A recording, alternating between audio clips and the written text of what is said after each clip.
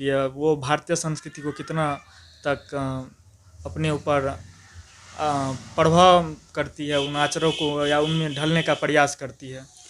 जी, जहाँ तक हमारी संस्कृति की बात है तो ये देखिए, संस्कृति हमारी धरोहर है, जी। इसको बचाना हमारा कर्तव्य है।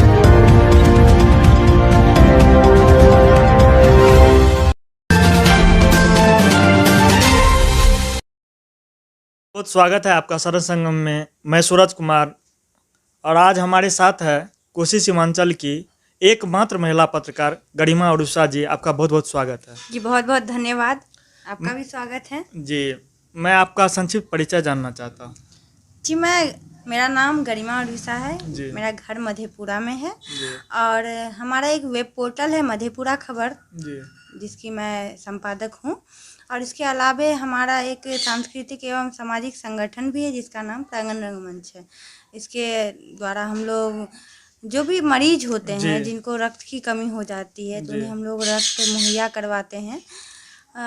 साल के अंत में 31 दिसंबर को हमारे इस संस्था का वर्षगांठ होता है। उस पर हम लोग रक्तदान शिविर का भी आयोजन करते हैं, जी। जिसमें शहर से हमारे संस्था के तमाम सदस्यों के साथ साथ शहर के अन्य लोग भी हिस्सा जी। लेते हैं। जी। और मानवता को समर्पित ये संस्था, सांस्कृतिक गतिविधियों को समर्पित ये जी। संस्था और भी दूसरे कार्यों में हमेशा संलग्न रहती है, जैसे कि वृक्षारोपण हो गया। सांस्कृतिक गतिविधियों में हमारी अग्रणी भूमिका होती है। जी। तो यही थोड़ा बहुत हम लोगों का मधेपुरा में काम है, जो हम लोग मधेपुरा खबर और प्रांगण रंगमंच के जी। तत्वाधान में कर रहे हैं।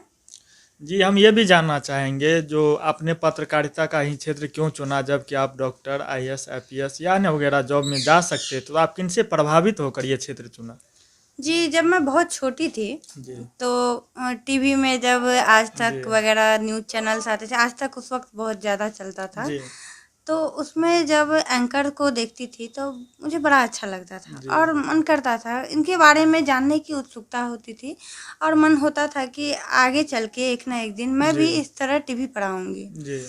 और जो मेरे भाई सुनीत साना की मदद से मुझे आज आप इस रूप में देख भी पा रहे हैं, जी। एक पत्रकार के तौर पर मैं आपसे बातचीत कर पा रही हूँ, तो जी। ये मेरे भाई सुनीत साना की वजह से ही है। उन्होंने ही बस ऐसे ही शौकिया तौर पर मधेपुरा खबर वेब पोर्टल को शुरू किया, जिसके बाद मुझे लिखने पढ़ने में रुचि थी। हमेशा जी। मैं अपने फेसबुक वॉल पे लिखा करती थी, जी। लिखने की शैली अच्छी थी, लोगों ने सराहा, तो भाई के साथ बस लिखना शुरू कर दिया। और लिखते लिखते आज मैं इस मुकाम पे पहुंची हूँ जहाँ आप मुझसे बातचीत कर पा रहे हैं। जी।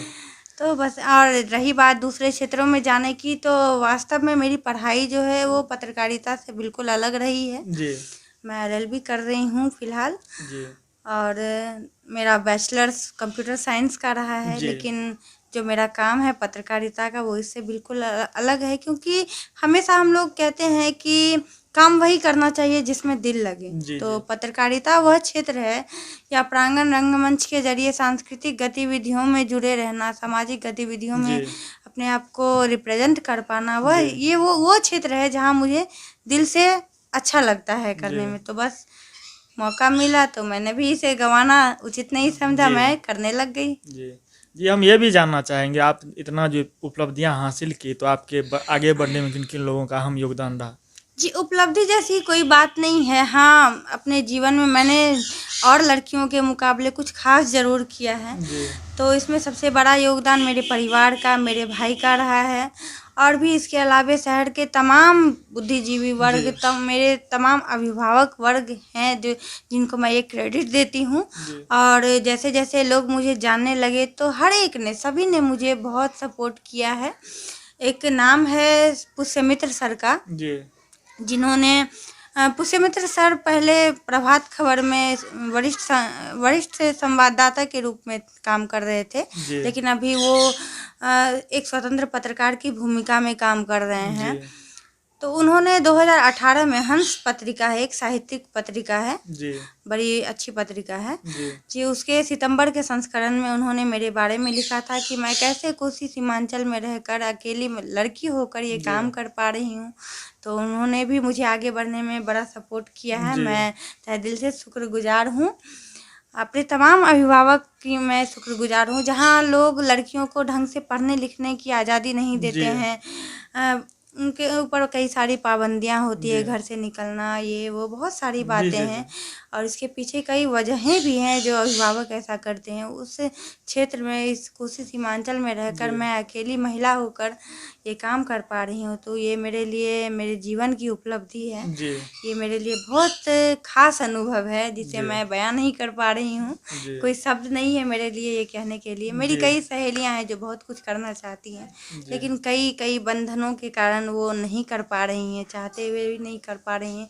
तो ऐसे में मैं अपने आप को सौभाग्यशाली मानती हूँ कि मैं इस मुकाम पे हूँ जी। और इतना खुले परिवेश में मैं अपना काम कर पा रही हूँ, जी। जहाँ इतने सारे लोगों का सपोर्ट है। जी, हम ये भी जानना चाहेंगे, जो बेटी एक वरदान है या अभिशाप, लोग इनसे कतराते हैं, बेटी को अधिकतर शिक्षा देने से वंचित रख पाते हैं, क्या उनको अभिव्यक्ति की आज़ादी देनी चाहिए? बिल्कुल देनी चाहिए। देखिए, कोई भी अभिशाप या वरदान नहीं होता है, बेटी हो या बेटा हो, कोई जी। भी अभिशाप या वरदान नहीं है।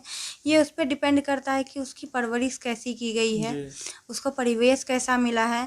और रही बात बेटियों के आगे बढ़ने की, तो जी। माँ-बाप, अभिभावक, उसके आस-पड़ोस के जो भी लोग हैं, वो जी। उसको जितना ज़्यादा जी। सपोर्ट करेंगे, जितना आगे बढ़ने की प्रेरणा देंगे, बेटियाँ उतना ही जी। नाम रोशन करती हैं। हाल ही में जो रिजल्ट आया हुआ है इंटर बिहार बोर्ड का, तो जी। जी। आपने देखा होगा कि आर्ट्स, कॉमर्स, साइंस तीनों संकायों में लड़कियों ने ही बाजी मारी है। इसके अलावा फाइटर जेट की बात हो या लोकोमोटिव इंजन चलाने की जी। बात जी। हो, रेलवे ड्राइवर जिसको हम जी। लोग जी। बोलते हैं, इसके अलावा पर्वतारोही की बात हो या किसी भी फील्ड की बात हर हो, क्षेत्र हर में करते क्षेत्र में लड़कियां आगे हैं। जी। सैन्य बलों की बात हो जी। या जी। जी। पढ़ाने लिखाने के लिए एक शिक्षक की बात हो, जी। किसी भी क्षेत्र में महिलाएं ही आगे हैं। और आपको पता है, ये मानना होगा कि जी। किसी भी परिवार को चलाने वाली एक औरत ही होती है जो जी। चलाती है। तो अगर औरतें शिक्षित होंगी, महिलाएं शिक्षित होंगी, तो पूरा समाज शिक्षित होगा, पूरा परिवार शिक्षित होगा। जी। जी। जी, हम ये भी जानना चाहेंगे, जो आपकी जो पढ़ाई लिखाई कहाँ से शुरू हुई और अभी कहाँ तक चली है? जी, मेरी पढ़ाई मैंने ग्रेजुएशन बीसीए से किया है, जी। कंप्यूटर एप्लीकेशन में किया, बीसीए था मेरा ग्रेजुएशन। उसके बाद किसी कारणवश मैं आगे की पढ़ाई पढ़ाई कंप्यूटर साइंस में नहीं कर पाई, और जो जी। हमारा यूनिवर्सिटी है वो आगे कंप्यूटर से आगे की पढ़ाई के लिए अभी यहाँ मान्यता नहीं है। जी। तो इस कारण से मुझे अभी, मैं बाहर नहीं जा सकती थी किसी कारण से, तो मैंने अभी एलएलबी में ना एडमिशन लिया और मेरा फर्स्ट ईयर अभी बीता है। जी। जी, तो बस पढ़ाई चल रही है। आगे होली है, तो होली की बहुत बहुत शुभकामनाएं आपको। जी, आपको भी बहुत शुभकामनाएं। तो होली को लेकर, आगे जो होली है तो इसमें ढेर सारे उपद्रव मचाते हैं लोग, तो इनसे आप उन लोगों को क्या सतर्कता बरतने को जी, कहेंगे? होली का त्योहार है, साल में एक बार आता है, जी। तो और जैसा कि होली हुड़दंग के लिए ही जाना जाता है, जी। लेकिन हुड़दंग की भी अपनी सीमाएं हैं। तो मैं चाहूँगी कि लोग अपनी सीमाओं में रहकर ही त्योहार को मनाएं, किसी को भी हानि ना पहुंचाए, कोई भी ऐसा काम ना करे जिससे किसी के साथ कोई दुर्घटना हो। जैसा कि कल की ही बात है, हमारे पड़ोसी ज़िले के एक गांव बनगांव, जो जी। बहुत ही प्रसिद्ध गांव है, ब्राह्मणों के क्षेत्र से, ब्राह्मणों का क्षेत्र है जी। ये। जी। जी, तो वहाँ एक परिवार होली की छुट्टियों में आ रहे थे, जी। लेकिन किसी कारण से रास्ते में दुर्घटना हो गई। जी। तो पूरा परिवार समेत ये वो नहीं दुर्भाग्यपूर्ण है। रहे। जी। ये दुर्भाग्यपूर्ण है। और उसके जस्ट बाद आज की एक खबर है कि हमारे एक जानने वाले वहीं के हैं, जी। जो आ रहे थे और उनकी भी आज दुर्घटना हुई है। तीन ये तो गाड़ी दुखद तीन है। वो लोग 3 गाड़ी से थे और किसी कारण से जी। तीनों गाड़ी की दुर्घटना हुई। और कारण ये था कि होली के नाम पर लोग हुड़दंग मचा रहे थे। जैसे ही उन लोगों ने उस इलाके में, जैसे वे लोग उस इलाके में घुसे, वहाँ पे ईंट पत्थर गोबर इन सब की बारिश हो गई होली के नाम पे, जी। जो दुखद है, और इस कारण से उनकी दुर्घटना हुई है। भगवान की कृपा से सभी सुरक्षित हैं, किसी के साथ कोई दुर्घटना नहीं हुई, लेकिन यह अमानवीय पूर्ण व्यवहार है। इसके लिए मैं चाहूँगी कि जो भी हमारे वरिष्ठ लोग हैं, हमारे जी। समाज के प्रबुद्ध जन हैं, वो जी। इस पर संज्ञान लें और इन चीज़ों को रोकने की कवायद शुरू की जाए।